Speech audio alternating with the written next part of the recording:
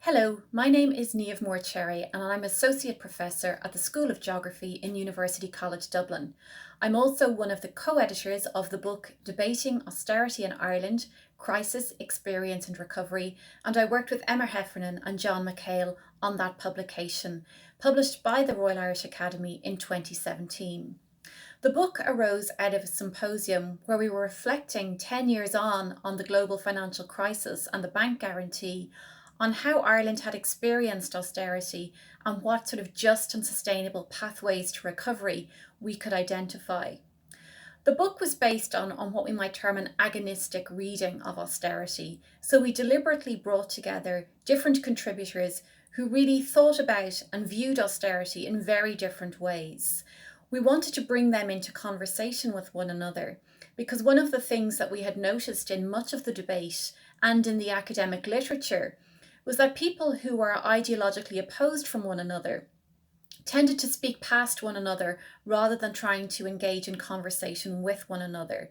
So that kind of interdisciplinary agonistic reading was central to the book that we wanted to co-edit.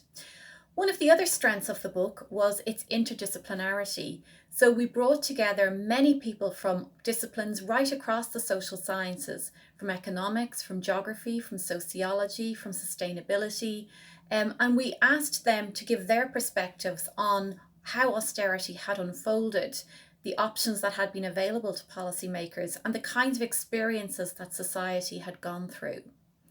This interdisciplinarity is centrally important because it allows us to view societal processes in a holistic way. And one of the things that strikes me when I'm thinking about the book now in relation to the current crisis, which of course is very different in nature from the crisis of 2008, is that interdisciplinarity remains central. Except what's important at this point and for this crisis is interdisciplinarity across the social sciences and what we might call the life sciences or the hard sciences, in order to be able to fully understand and respond to the global pandemic that we're now in.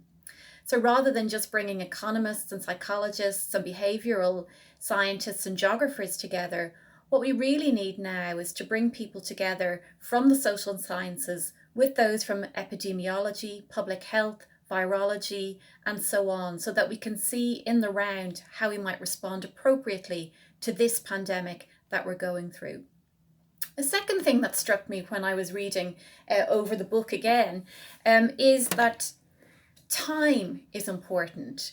So one of the things that we drew out in the book is this issue over long-term versus short-term responses. So while something might be an important short-term response, that can have very much longer-term impacts across multiple generations in the most extreme circumstances. And I think that again is something that we need to bear in mind when we're thinking through how we respond to the current pandemic. So the immediate short-term decisions we take now in terms of protecting public health, what longer-term impacts do they have? And already we're seeing those things emerging in some of the public debate. So while it was important to close schools to control the spread of the virus, what are the longer-term implications for education, particularly for many disadvantaged young people and communities in doing that? Similarly, while we needed to shut down our economy for a certain length of time, what will be the short, medium and longer term impacts of doing that? And can we come up with ways of living with and managing the virus to minimise those longer term negative repercussions? So these are important lessons, I think, that come from our own book, thinking about the impact of austerity and providing some lessons for how we might think about the current crisis and pandemic. The other thing that we really strongly drew out in our book is the importance of listening to those who have experienced austerity or other crises.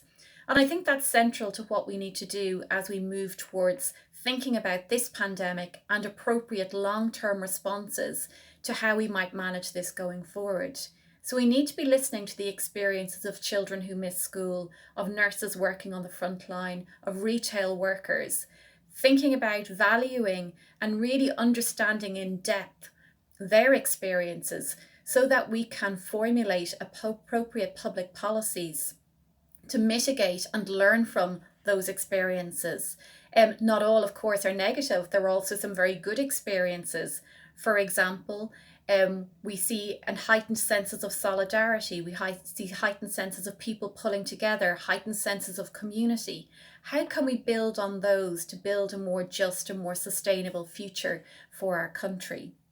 The final thing I want to say is that in certain countries, there is a sense that the response to the austerity measures driven by a European agenda really undermined the issue of social solidarity in Europe and challenged the stability of the European project.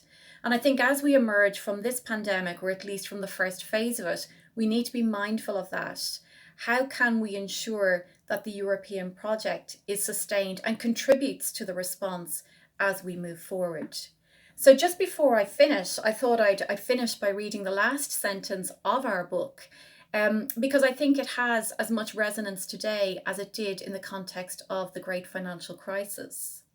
So what we argue is that creating meaningful dialogues across disciplines and between the academy and a range of publics is vital.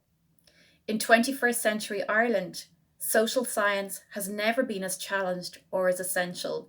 And as social scientists, we stand ready to contribute to how we might respond to this particular crisis.